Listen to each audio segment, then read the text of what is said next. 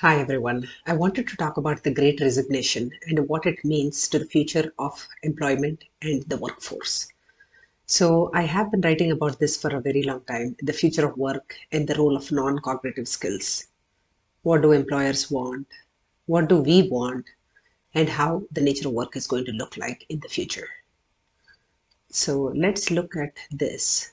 Just want to show you a little bit of what I'm talking about. Non-cognitive skills. Okay, this is what employers usually want. They want a combination of soft and hard skills. Okay, they want somebody who is marketplace ready, who has all these skills of creativity, communication, is able to work in teams, is able to problem solve on their feet, is adaptable to changes, doesn't have a lack of imagination. So these are all the things that employers want. And how do you stay relevant in a volatile landscape?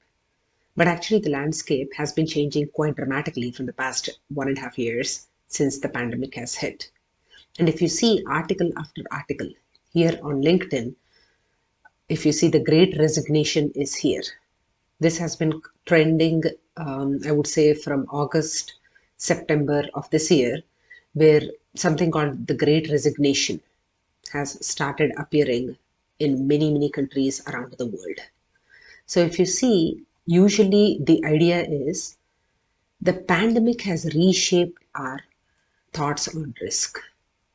It has also put a dent in our thought process where we are like, okay, we need to make a livelihood, we need to be practical, we have to make a decent wage to have a decent lifestyle and all that. But things have been changing quite a bit.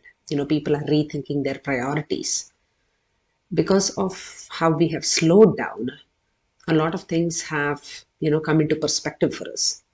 And I have this video from Gravitas that I want to play a couple of sound bites so that it can help you understand what is happening. So here, if you see, let me put it back to this screen here.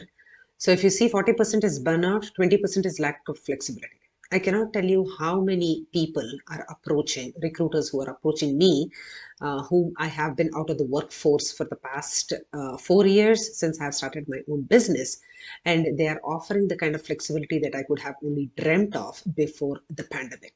So a lot of things are changing because employers are now understanding that people are just not ready for anything that doesn't give them the flexibility or the work-life balance that they truly want. So, no matter what I think is going to be the future of work, the work-life balance that we so crave, are we happy showcasing our strengths at work? Are we building a team rapport? Are we just thriving in the workplace or not? These have become much more important because the pandemic has put a full stop to all the busy, unnecessary busyness that we were going through. And a lot of people had had a chance to think what their purpose in life is. So here I want you to think of whether you are getting into the workforce or out of the workforce. What is your ikigai?